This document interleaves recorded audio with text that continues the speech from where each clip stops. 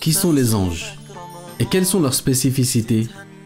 Quels sont les livres révélés par Dieu? Qu'est-ce que la prédestination? Et que signifie le destin? Quelle est la différence entre un prophète de Dieu et un messager de Dieu? Quelles sont les qualités qui distinguent les prophètes?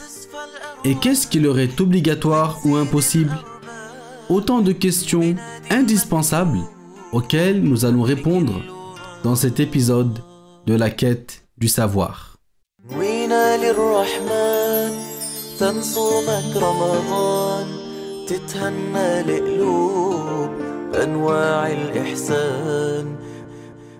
Assalamu alaikum. Je suis heureux de vous retrouver pour notre série dédiée aux connaissances essentielles de la religion musulmane. Dans les vidéos précédentes, nous avons expliqué le sens du premier témoignage, La ilaha illallah, et avons entamé l'explication du deuxième témoignage, Muhammad Rasulullah. Je vous invite donc à regarder ces vidéos si ce n'est pas encore fait et à les revoir autant de fois que nécessaire pour bien maîtriser les explications fournies. Parmi les choses que le prophète alayhi salatu wassalam a enseignées et auxquelles il est un devoir de croire, il y a aussi la croyance aux anges de Dieu. Il est un devoir de croire en l'existence des anges de Allah Ta'ala et qu'ils sont des esclaves honorés. Ils ne désobéissent pas aux ordres que Dieu leur donne et font ce qu'il leur ordonne de faire. Les anges ne sont ni mâles ni femelles. Ils ne mangent pas, ils ne boivent pas, ils ne dorment pas et ils ne se reproduisent pas. Et il est également un devoir de croire en les envoyés de Dieu, c'est-à-dire en ses prophètes, en ceux d'entre eux qui sont messagers, envoyés avec une loi, sharia, nouvelle, et en ceux qui ne le sont pas. Un prophète non messager, c'est qui? C'est un homme qui reçoit la révélation de suivre la loi, sharia, du messager qui l'a précédé, sans recevoir de jugement nouveau. Le premier messager de Dieu fut notre maître Adam alayhi salatu wassalam, et le dernier d'entre eux est notre maître Muhammad sallallahu alayhi wa sallam. Le prophète Adam est musulman. Le prophète Adam, il est le premier homme, premier prophète, premier messager. Et le dernier des prophètes et messagers, c'est notre maître Muhammad sallallahu alayhi wa sallam. Donc tous les prophètes que Dieu a envoyés sont tous musulmans. Isa, Jésus est musulman. Moussa, Moïse est musulman. Le prophète Ibrahim, le prophète Yaqub, le prophète Ishaq, tous sont musulmans. Donc pour revenir, pour distinguer, bien comprendre la différence entre un prophète messager et un prophète non messager. Donc un prophète messager, c'est un homme qui reçoit une nouvelle loi, une nouvelle sharia. Et un prophète non messager, c'est un homme qui reçoit l'ordre de suivre ce qui a été révélé sur le prophète messager qui l'a précédé. Sachez que tous les prophètes, entre le prophète Moussa et le prophète Isa, Jésus, sont tous des prophètes non messagers. Le prophète Jésus, alayhi salatu wassalam, est un prophète messager. Il a reçu une nouvelle loi, une nouvelle sharia. Et le prophète Muhammad, alayhi salatu wassalam, est également un prophète messager. Il a reçu une nouvelle loi, une nouvelle sharia. Et tous les prophètes, qu'ils soient prophètes messagers ou non, tous ont eu l'ordre de transmettre la révélation à leur communauté. Tous ont reçu l'ordre de transmettre. Et également, on doit croire en les livres de Dieu, Azza wa Jal. Les plus connus parmi les livres de Dieu sont au nombre de 4. Le Coran, la Torah, At-Tawrah, l'Évangile, Al-Injil et les psaumes, Az-Zabour. Le Coran a été révélé sur le prophète Muhammad alayhi salatu wassalam. At-Tawrah, la Torah, l'authentique, a été révélée sur le prophète Moïse, alayhi salatu wassalam.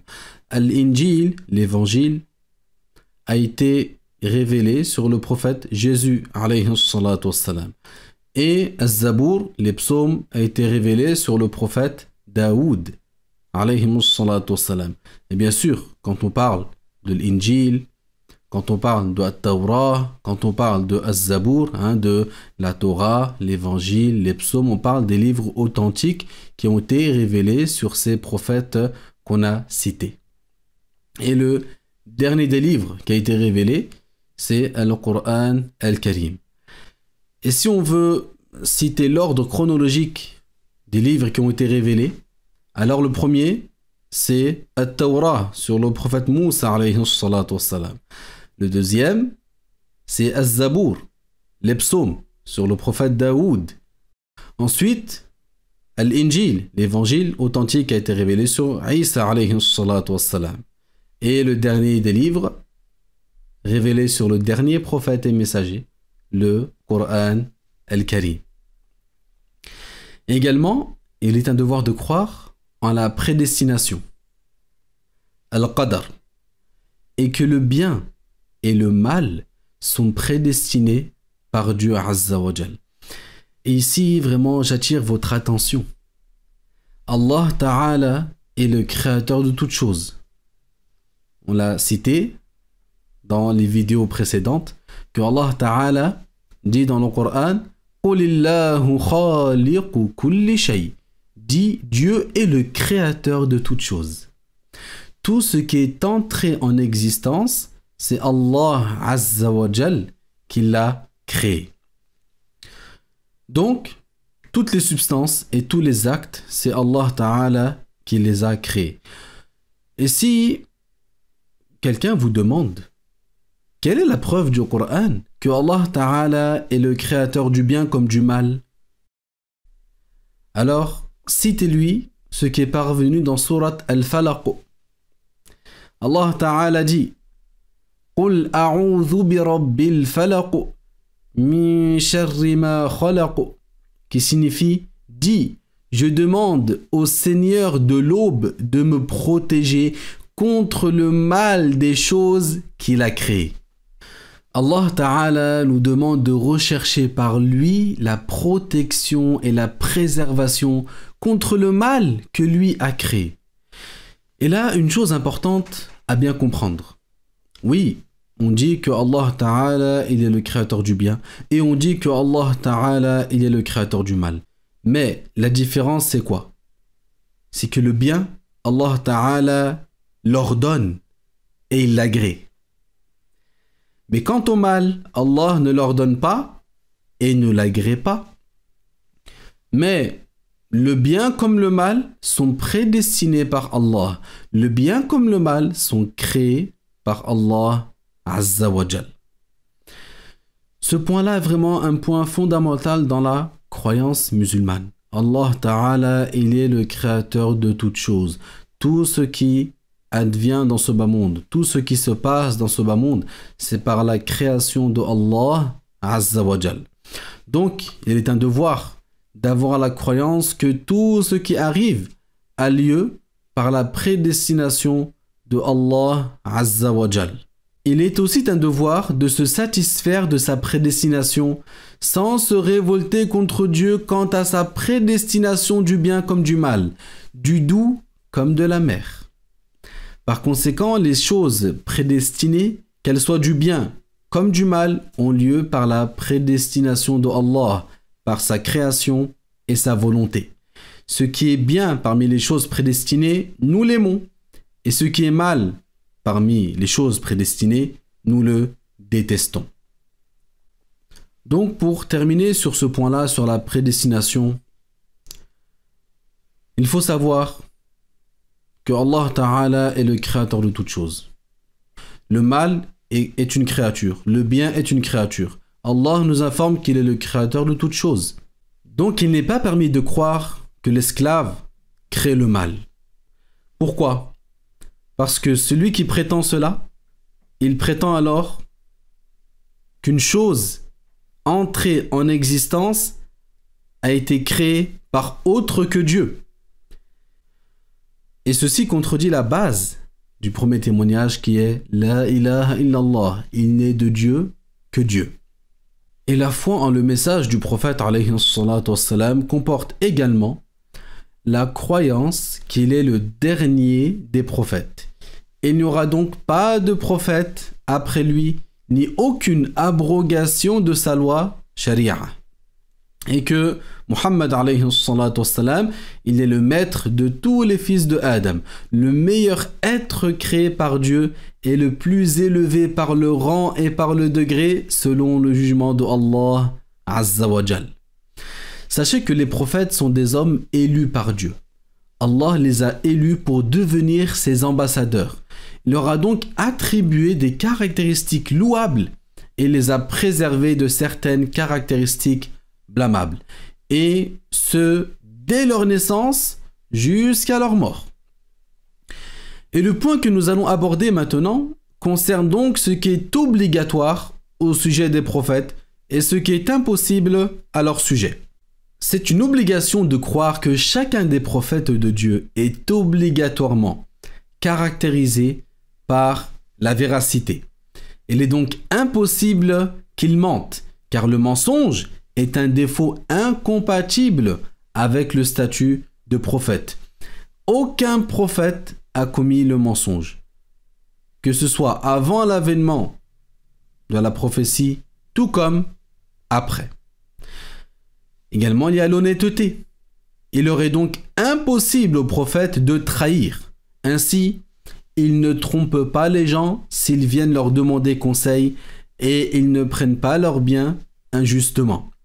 Sachez que le prophète Muhammad alayhi salatu wassalam, il était connu dans son peuple par As-Sadiq al-Amin, le véridique, l'honnête, et ce, même avant de recevoir la mission de prophète. Également, tous les prophètes sont caractérisés par l'extrême intelligence. Tous les prophètes sont intelligents. La stupidité, c'est-à-dire la faiblesse de compréhension, est impossible à leur sujet, car ce n'est pas digne de leur rang. En effet, Dieu Azza wa Jal a envoyé les prophètes pour qu'ils transmettent le message et apportent la preuve à ceux qui s'entêtent. De ce fait, les prophètes alayhimus salatu wassalam, il leur sont impossibles le mensonge, la trahison, la bassesse. C'est-à-dire, ils sont obligatoirement préservés de la bassesse qui est le caractère des gens abjects. Tout cela est impossible dans leur cas. Il n'y a donc personne parmi eux qui ait été vil, qui ait jeté des regards furtifs aux femmes ajnabiyya avec désir par exemple. Il n'y a personne parmi eux qui ait volé ne serait-ce qu'un simple grain de raisin. Il leur sont impossibles également le manque de sagesse, à savoir le fait de se comporter contrairement à la sagesse. Et il n'y a personne parmi les prophètes qui ait manqué de sagesse, qui ait dit des paroles grossières que l'âme réprouve. Aucun prophète n'a été vulgaire. Le prophète alayhi salatu wassalam, il a subi beaucoup de nuisances de la part des non-musulmans de son époque, des associateurs. Et le prophète alayhi salatu wassalam, lui, il patientait. Il patientait, il patientait. Et en aucun cas, le prophète alayhi salatu wassalam prononçait des paroles vulgaires.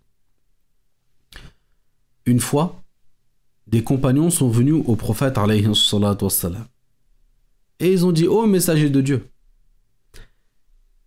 telle tribu nous ont fait beaucoup de mal. Alors, ô messager de Dieu, invoque donc contre eux. Ce qu'ont demandé les compagnons est une chose autorisée. Ils voulaient que le messager invoque contre ces gens-là qui ont fait beaucoup de mal. Le prophète leur a dit, Innama bu'ithtu rahmah wa lam ub'ath la'ana. Regardez cette parole du prophète alayhi salatu wassalam. Il a dit, je n'ai été envoyé qu'en tant que miséricorde et je n'ai pas été envoyé pour maudire. Parmi ce qui est impossible au sujet des prophètes, il y a la stupidité. Il n'y a personne parmi les prophètes qui a été faible d'esprit, à savoir incapable de donner la réplique à qui l'aurait contredit. Et regardez cette histoire-là avec le prophète Ibrahim alayhi salatu wassalam. Qu'est-ce qu'il avait dit à ce roi injuste qui prétendait la divinité, qui s'appelle Numrud?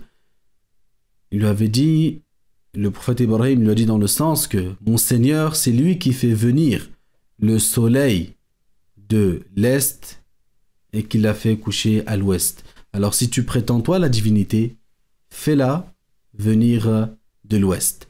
Et là, Numrud, il est resté bouche bée. Il n'a pas trouvé de réponse. Également, il n'y a pas parmi les prophètes quelqu'un qui ait eu une compréhension faible et qui par conséquent n'ait pas saisi d'emblée le sens d'une parole en ne la comprenant qu'après qu'on la lui ait répétée plusieurs fois et plusieurs fois. Ça, c'est impossible concernant les prophètes. Également, leur sont impossibles aux prophètes alayhi salatu wassalam la lâcheté. Elle leur est impossible. Toutefois, la crainte naturelle ne leur est pas impossible. Et j'attire votre attention, tout comme on a dit, le prophète Mohammed alayhi salatu wassalam, quand il a quitté la Mecque pour aller à Médine, il a émigré sur ordre de Allah Azza wa Jal. Il n'a pas fait cela par lâcheté. Non, le prophète alayhi salatu wassalam est la personne la plus courageuse que Allah Ta'ala ait créée. Également, parmi les choses qui sont impossibles au prophète alayhi salatu wassalam, il y a ce qu'on appelle le lapsus lingué. Que ce soit dans le domaine religieux, tout comme dans le domaine non religieux. Et le lapsus, certes, ce n'est pas un mensonge, car il n'est pas délibéré, mais il ressemble d'un point de vue au mensonge. Pour cela, les savants l'appellent le frère du mensonge. Mais c'est quoi le lapsus? C'est quoi son exemple?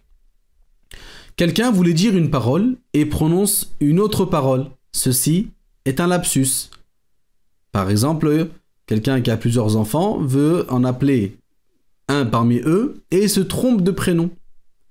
Il voulait dire « Oh Amr » et il a dit « Oh Abu Bakr ». Mais lui, il visait Amr. Donc ça, c'est un lapsus lingué. Un autre exemple de lapsus lingué, une personne qui, elle, ne voulait rien dire et qui dit des paroles involontairement, comme si la personne parle pendant son sommeil. Eh bien, tout cela, ce lapsus lingué, qu'il soit de la première catégorie ou de la deuxième, les prophètes sont préservés de cela également. Et également, ils leur sont impossibles tout ce qui serait de nature à repousser les gens d'accepter leur appel, comme des maladies repoussantes, telles que le fait que des vers sortent de leur corps par exemple. Et les prophètes sont obligatoirement préservés totalement et sans faille de la mécréance, des grands péchés et des petits péchés de bassesse qui comportent une bassesse et une indécence comme de voler un grain de raisin. Tout cela est impossible à leur sujet avant l'avènement de leur mission de prophète, tout comme après. Il aurait toutefois possible de commettre des petits péchés qui ne comportent pas de bassesse ni d'indécence, comme ce qui est arrivé à notre maître Adam. Mais si l'une de ces choses-là se produit, les prophètes sont alors immédiatement avertis afin qu'ils s'en repentent avant que d'autres gens de leur communauté ne refassent ce qu'ils ont fait, car ils sont des modèles pour les gens. On sait d'alors que le statut de prophète n'est pas valable pour les 10 frères de Youssouf alayhi salatu wassalam, qui ont commis les actes ignobles mentionnés dans le Coran. Ils ont frappé Youssouf alayhi salatu wassalam et l'ont jeté dans un puits. Et ils ont commis le mensonge. Et ils ont considéré que leur père Yaqub aurait été insensé. Et ce dernier point, bien sûr, c'est de la mécréance. Et les frères de Youssouf visés sont ses frères autres que Binyamin, car il n'a pas participé à ce qu'ils ont fait. Les descendants du prophète Ya'qub, mentionnés dans le Coran par le terme asbat et qui ont reçu la révélation, ne sont pas ceux qui ont fait du tort à notre maître Youssouf. Non. Ce sont au contraire des hommes qui ont reçu la révélation prophétique parmi la descendance de ses frères. En effet, il y a eu dans leur descendance des hommes à qui le statut de prophète a été accordé. Et dans la langue arabe, le terme sibt désigne aussi bien l'enfant que les descendants de l'enfant. On arrive donc à la fin de l'émission d'aujourd'hui. On a abordé, masha'Allah, beaucoup de sujets essentiels. Je vous encourage à prendre le temps de revoir cette vidéo autant de fois que nécessaire pour bien assimiler tout ce qui a été expliqué. Et je vous rappelle que les centres de la PBIF, présents un peu partout en France, sont là pour vous accueillir et vous transmettre ces connaissances indispensables. Alhamdulillah, wassalatu wassalamu ala rasulillah.